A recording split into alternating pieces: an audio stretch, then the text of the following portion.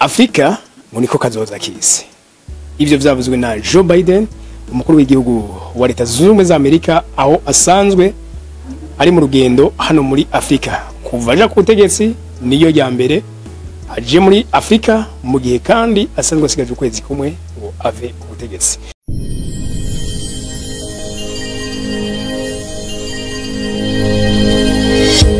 Nitwa Omdi Shanima, ndabaramutse ndabifuriza amahoro y'Imana n'abantu maze yongereka amagara meza n'amafaranga. Ndabasabe kugira subscribe nimba uri mushasha kuri Agaciro Media kugira ngo uzohore kurikirana ibiganiro n'amakuru ducisha hano.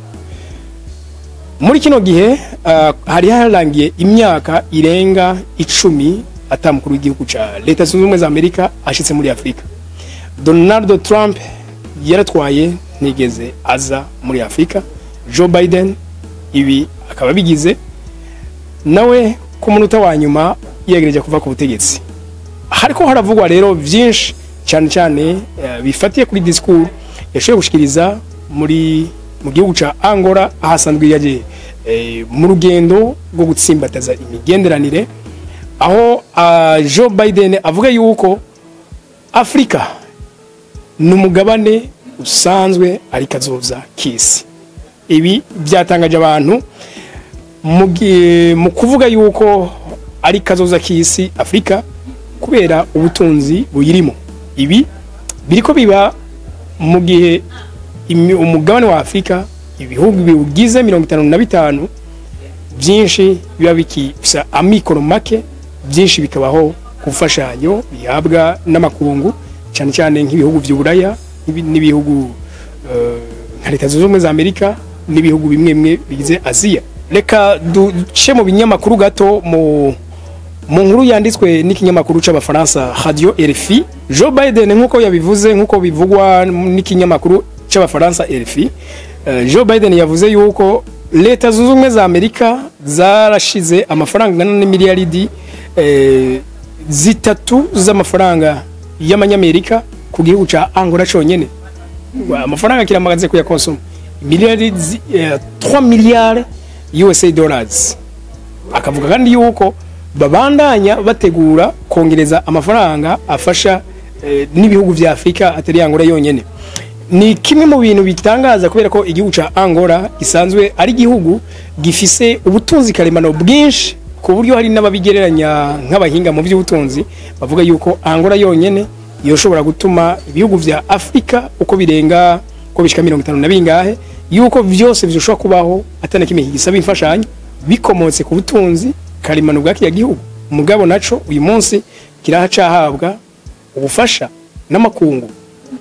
Iki gihugu umukuru w'igihugu ca Angola mu ijambo yashikirije ariko yitsa mugenzi we wa Amerika Joe Biden, ni President Joao yavuze yuko kino gihugu caciye mu vyago vyinshi cyane vy'intambara, muga kavuga yuko Leta Zunze Ubumwe za Amerika zagerageje kukiba hafi cyane mu gihe c'intambara bise guerre fraîche canke guerre froide, aho Leta Zunze Ubumwe z'abasoviet ariyo bahoze bita URSS bafasha cyane umugambi wari ku butegetsi bita MPR, mu gihe Leta Zunze Ubumwe za Amerika nazo zaciye zifasha umugambwe wagwanye ubutegetsi bita UNITA.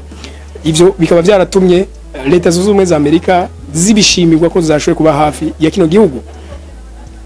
Kino gihugu kikaba cyari gisanzwe gifitanye imigenderanire ikomeye cyane n'igihugu cy'u Burusiya, gisanzwe kirongowe na Vladimir Vladimirovich Putin.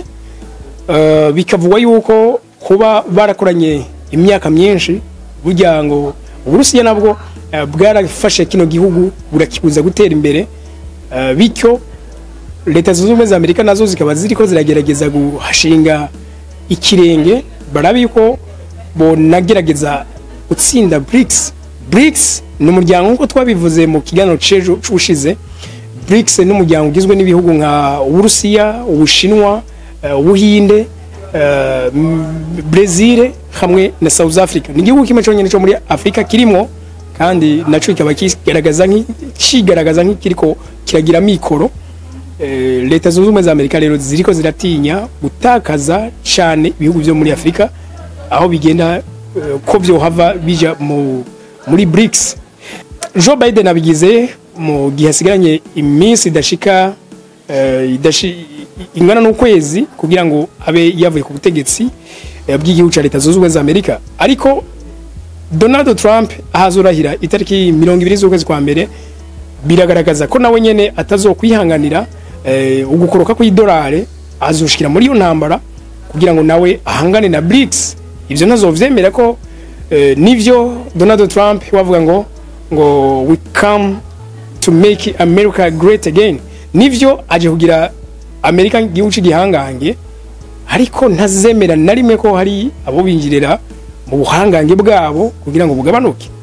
Nuko aya ni amakuru yari karavugwa cyane cyane ku mugabane wa Afrika, mugabo ahanini mu gihugu ca Angola. Ibi tukabisanga mu binyamakuru nka RFI na TV5 Monde.